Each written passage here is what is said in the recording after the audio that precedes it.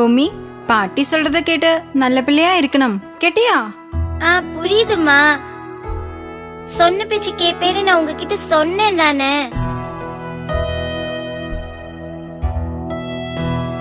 அம்மா, அப்ப நாங்க போயிட்டு வர்றோம்.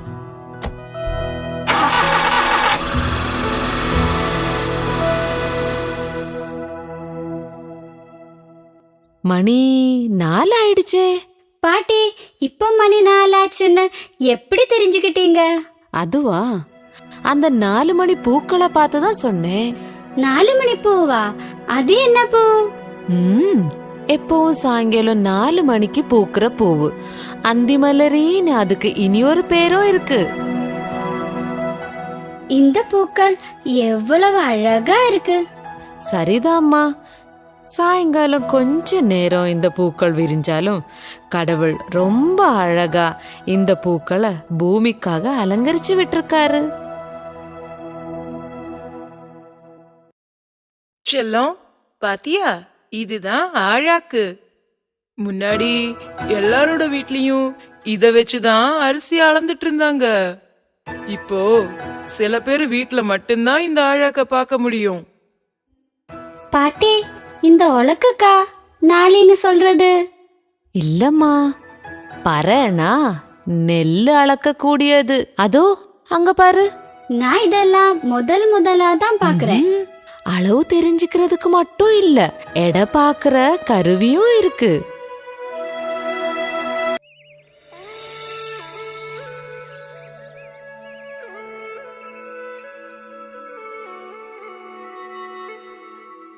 ஒரு ஊர்ல ஒரு கிராமத்துல 2 பூனைக்குட்டிங்க இருந்துச்சு.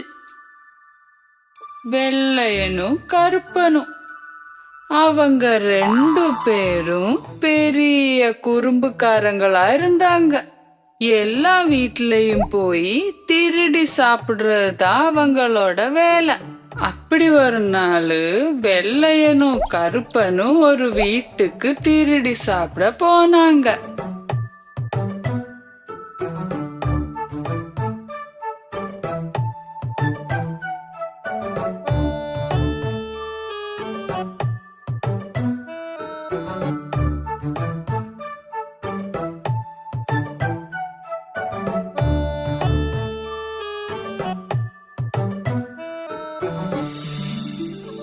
அவங்களுக்கு அங்க இருந்து ஒரு பணியாரம் கிடைச்சது.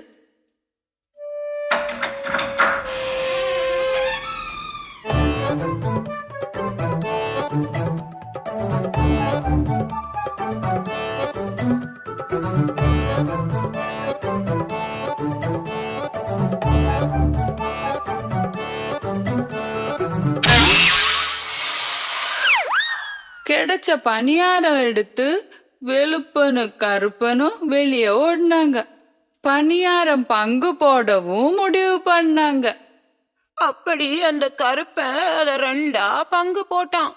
அப்போ ஒரு துண்டு பெருசும் ஒரு துண்டு சின்னதும் ஆச்சு. பெரிய பணியார துண்டுக்காக 2 பேரும் சண்டை போட்டாங்க.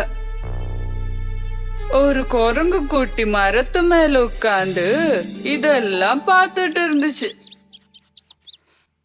அவன் கீழே இறங்கி வந்து பூனைங்க கிட்ட சொன்னா, நண்பர்களே, உங்களோட பிரச்சனையே நான் தீர்க்கிறேன். ஒன்னு பெருசு, ஒன்னு சின்னது. இது நான் உங்களுக்கு சமமா பங்கு போட்டு கொடுக்கறேன். ஓ, இது கொஞ்சம் பெருசா இருக்கே.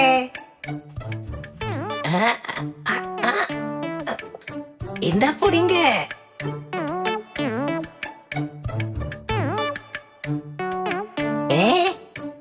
இது கொஞ்சம் பெருசா இருக்கே. இப்ப சரி பண்றேன்.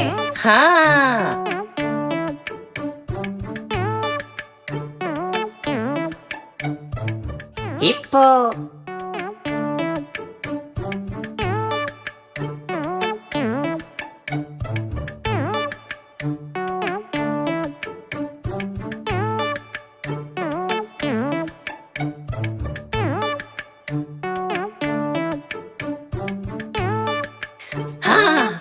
மறுபடியா சரியாவலே?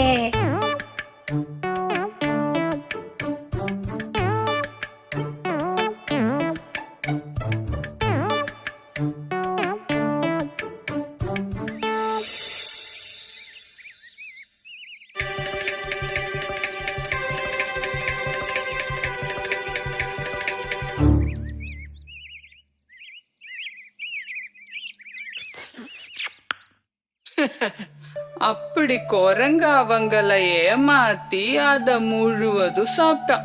அப்புறம் பக்கத்துல உள்ள மரத்துல ஏறி உட்கார்ந்தான். ஏமாந்த பூனை குட்டிங்க தலைய தொங்க போட்டு போனாங்க.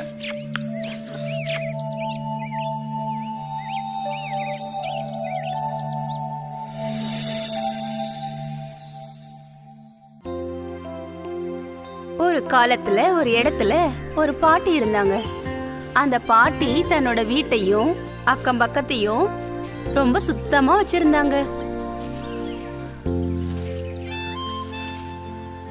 பூக்கள் செடிகள்னு தன்னோட வீடும் அக்கம் பக்கமும் எப்பவுமே ரொம்ப அழகா வச்சிருப்பாங்க.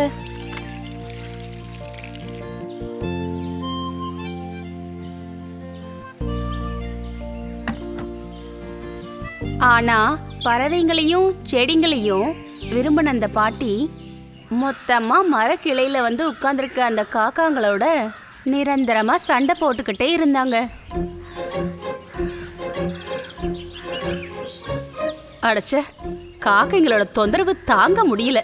எந்த நேரம் பார்த்தாலும் இங்க வந்து உட்கார்ந்துறது பெரிய தொந்தரவா இருக்கு. போ காக்கா போ.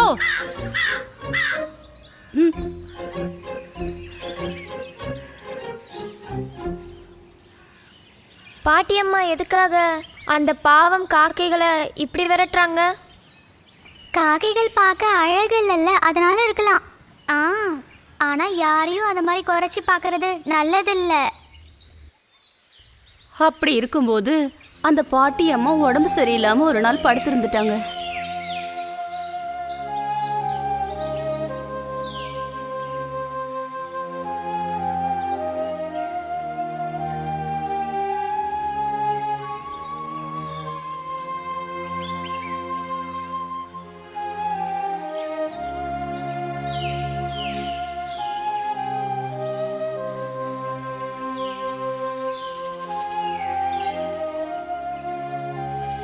ரூமுக்குள்ள இருந்த கட்டில்ல படுத்திருந்த அந்த பாட்டி அம்மா ஜன்னல் வழியா தன் வீட்டு பக்கத்துல விழுந்து கிடக்கிற இலைகளையும் குச்சிங்களையும் பார்த்து ரொம்ப வருத்தப்பட்டாங்க.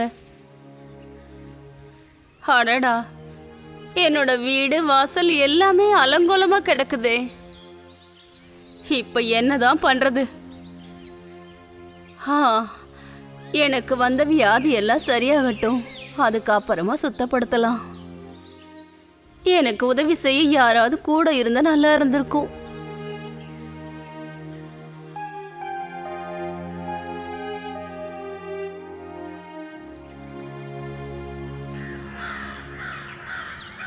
வீட்டு பக்கத்துல இருக்கிற மரக்கிளைகள்ல வழக்கம் போல வந்து இறங்கின காக்காங்களோட கூட்டம் அந்த பாட்டிமாவோட வீடும் அக்கம் பக்கமும் வழக்கத்துக்கு மாறா அலங்கோலமா கிடக்கிறத பார்த்ததும் அதுங்களுக்கு ஏதோ சந்தேகம் வந்துருச்சு. அந்த பாட்டி அம்மா இங்க இல்லையா? வீடும் தோட்டமும் எல்லாம் மொத்தமா அலங்கோலமா கிடக்குதே. நீ சொல்றதும் சரிதான். எப்பவுமே இந்த இடத்த சுத்தபத்தமா வச்சிருக்கிற அந்த பாட்டி எங்க தான் போயிட்டாங்க? ஒருவேளை உடம்புக்கு முடியாம படுத்துட்டாங்களா? பாட்டி எங்கேயாவது போயிட்டாங்களா? அப்படின்னா மொத்தமா இந்த இடத்த நம்ம சுத்தப்படுத்தினா என்ன? அதை செய்யணுமா என்ன? நாம அதை செஞ்சோம்னா பாட்டிமாக்கு அது பிடிக்குமா? நம்மளை பார்க்கும் போதெல்லாம் அவங்க தான் நம்மளை திட்டிக்கிட்டே இருக்காங்களே. அது பாட்டி நம்ம மேல இருக்கிற கோபத்துல செஞ்சிருக்க மாட்டாங்க. வாங்க நண்பர்களே, நம்ம போய் சுத்தப்படுத்தலாம். பாட்டி பார்த்தா ரொம்ப சந்தோஷப்படுவாங்க.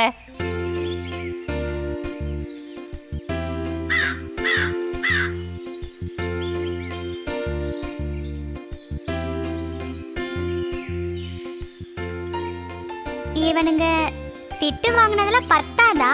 அந்த பாட்டிக்கிட்ட இருந்து டெய்லி தினம் தினம் இவங்க திட்டு வாங்கினாதான் இவங்களுக்கு தூக்கம் வரும் போல இருக்கு. ஆனா அவங்க இதை செய்யறது ரொம்ப நல்ல காரியமே. நல்ல விஷயம்தான் அது. தொட்டதுக்கும் பிடிச்சதுக்கும் அந்த பாட்டி இவங்கள திட்டிக்கிட்டே இருப்பாங்கல்ல, அவங்களுக்கு இதெல்லாம் பிடிக்குமா? அதுவும் சரிதான். நாம என்ன நடக்குதுன்னு பார்க்கலாம். காக்கைங்க வீட்டு பக்கத்துல சுத்தப்படுத்துற அந்த காட்சிய ஜன்னல் வழியா பார்த்த அந்த பாட்டி அம்மாவுக்கு காக்கைகளை திட்டி விரட்டினதை நினைச்சு ரொம்பவே கவலைப்பட்டாங்க.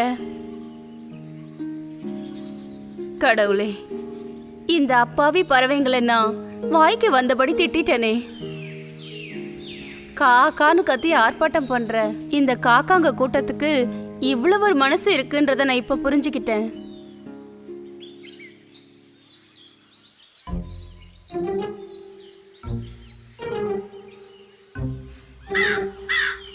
அட குழந்தைகளா, போகாதீங்க, பறந்து போகாதீங்க, பயப்படாதீங்க. இனிமே நான் உங்களை திட்டவும் மாட்டேன், மிரட்டவும் மாட்டேன். இங்க பாத்தீங்களா, நெய்யப்பம், இது எல்லாம் உங்களுக்கு தான். வா, வந்து இத சாப்பிடு. சீக்கிரம் வாங்க. வாமா, வா வா, வந்து இத சாப்பிடுங்க.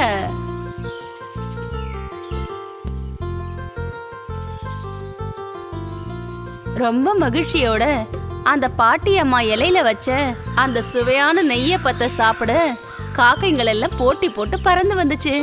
மொத்தமா எல்லாரும் சாப்பிட வந்துட்டாங்க. அப்படி அந்த நாள்ல இருந்து பாட்டி அம்மாவும் காக்கைங்களும் ரொம்ப நட்போட பழகிட்டு வந்தாங்க.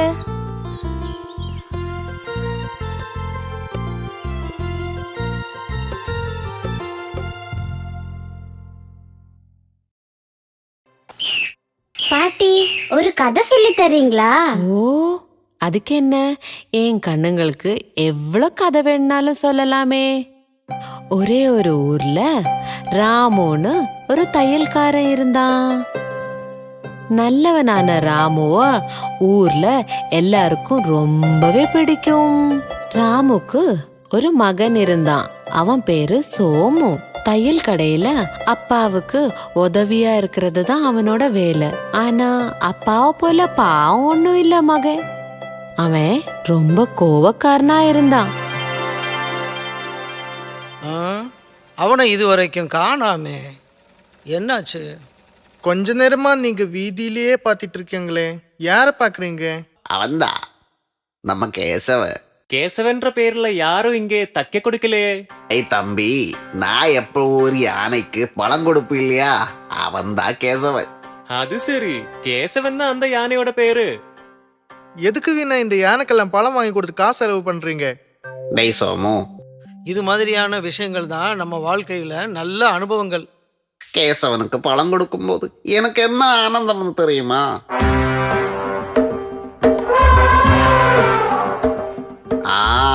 வா வா, உனக்குள்ள பழம் தான் இங்க எடுத்து வச்சிருக்கேன். இந்த யானை இது வழியா வராம இருந்தா இந்த பழம் அவ்வளவு எனக்கு சாப்பிட கிடைச்சிருக்கு. நல்லா சாப்பிடுற கேசவா, நல்ல ருசியான பழமா இருக்கும். இவன் பழத்து மேல ஆசைப்படிச்சவனா இருக்கானே, அவ்வளவு ஒரே அடியா சாப்பிட்டுட்டானே. இவனுக்கு பழம் இல்ல, ஊசிய வச்சொரு குத்துதான் கொடுக்கணும். கேசவா, நீ அப்ப குளிக்க போ. நாளைக்கு நான் உனக்கு நிறைய கறிப்பட்டி வாங்கி வைக்கிறேன்.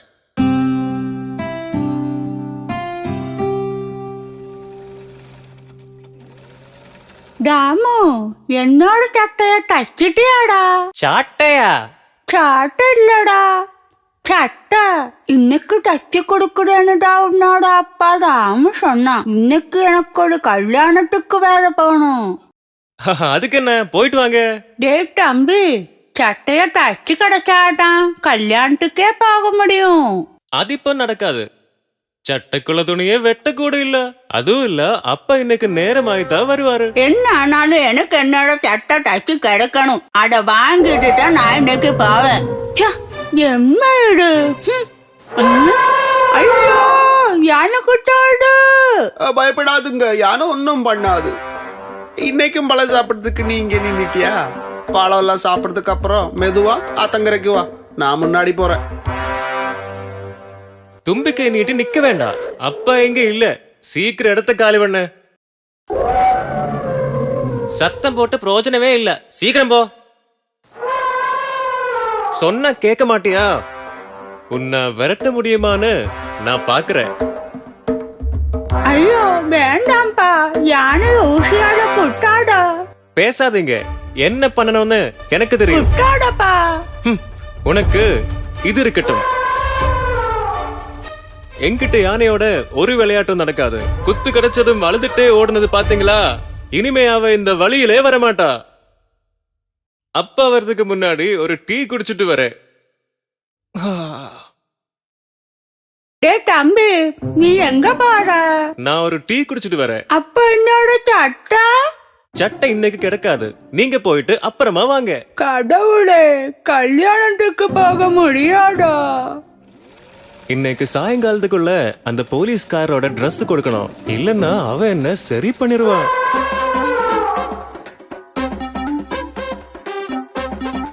நீ மறுபடியும் வந்துட்டியா? உனக்கு கிடைச்சது பத்தலையா? ஊசியால குத்து இன்னும் வேணுமா? ஐயோ, எல்லாம் நனைஞ்சிருச்சு. இந்த யானைக்கு என்ன பைத்தியம் பிடிச்சிருக்கா? ஐயோ ஓடி வாங்க, இந்த யானை என்னோட கடையை நாசம் பண்ணதே. ஐயோ ஓடி வாங்க. கேசவா, வேணாப்பா. நான் வர்றதுக்கு கொஞ்சம் தவறுனதுக்கு ஏன் இப்படி எல்லாம் பண்ற? கேசவன் ஒன்றும் பண்ணல, உங்க மகன்தா கேசவனோட தும்பிக்கையில ஊசியால குத்தன. அப்பா என்ன மன்னிச்சிருங்க, நான் அப்படி ஒரு தப்பு பண்ணிட்டேன். மக்கா, கோவத்தினால எதையும் சாதிக்க முடியாது. எதிரிங்கத்தான் கிடைப்பாங்க. ஆனா உண்மையான பாசத்தினால எந்த கொம்பனையும் அடக்க முடியும்னு இப்ப புரிஞ்சுக்கிட்டல. அப்பா, என்னோட தவறு நான் உணர்ந்துட்டேன். வா கண்ணு.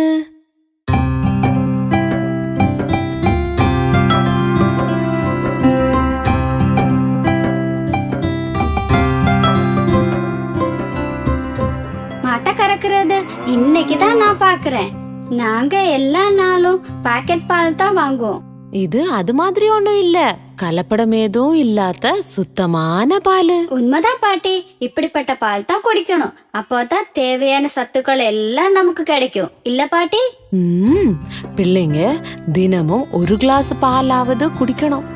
அதுக்கு தயங்கவே கூடாது. தோ ஒரு பூனை. இதுதான் நம்ம பூனை. இவ பால் குடிக்கிறதுக்கு வந்திருக்கா. பாரு, பாத்திரத்தை வாயில கடிச்சிட்டு இருக்கிறத. இந்த பாத்திரத்துல தான் நான் பாலே ஊத்துவேன்.